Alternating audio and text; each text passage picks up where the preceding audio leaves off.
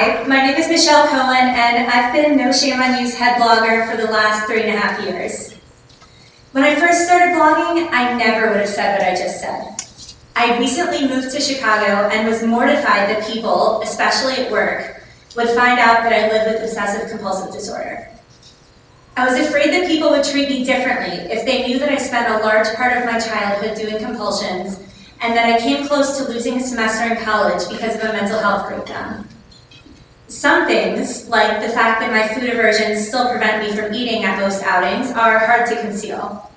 But the darker parts, at least, I could hide. I could protect myself from what I was sure would turn into an outbreak of bullying or hatred. But when I recently decided to pull back the mask, I came to realize that thanks to the effort of organizations like No Shame on You, I didn't have to protect myself from people after all. I decided to reveal my identity after seeing how being open about my mental health with close friends helped them and me feel accepted and loved.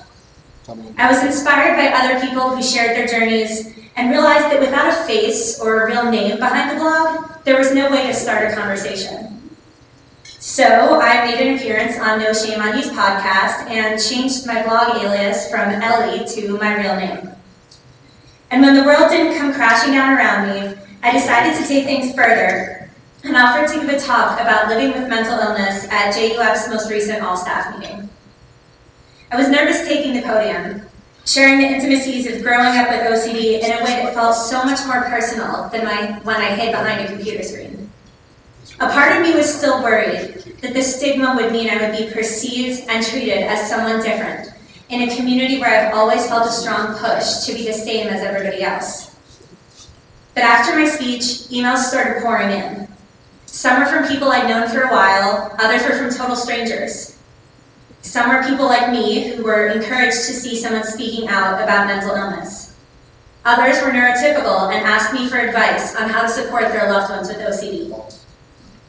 None of these conversations would have happened without taking that first step away from Ellie and admitting openly that I live with mental illness. It hasn't been an easy road to get here, but it's been an incredibly fulfilling one. I can't believe how wonderful it feels to brainstorm solutions to mental health struggles with people I never thought I'd have anything in common with, and be treated with respect for things I was shunned for as a child. For most of my life, stigma stopped me from being honest about who I am and what I struggle with. I relied on acting skills and spent so much time pretending to be normal that I almost didn't know how to write my first blog post. I ended up calling it I Eat French Fries with a Fork.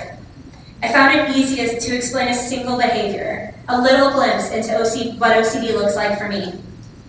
I hope to continue sharing these experiences with No Shame on You and through a book with the same name as my first post, and my name on the cover. I do this because every time someone speaks out about mental health, it opens the door for people struggling to be themselves. It gives me hope that people can come out of hiding after years of struggles, or better yet, won't feel the need to hide in the first place. Thank you.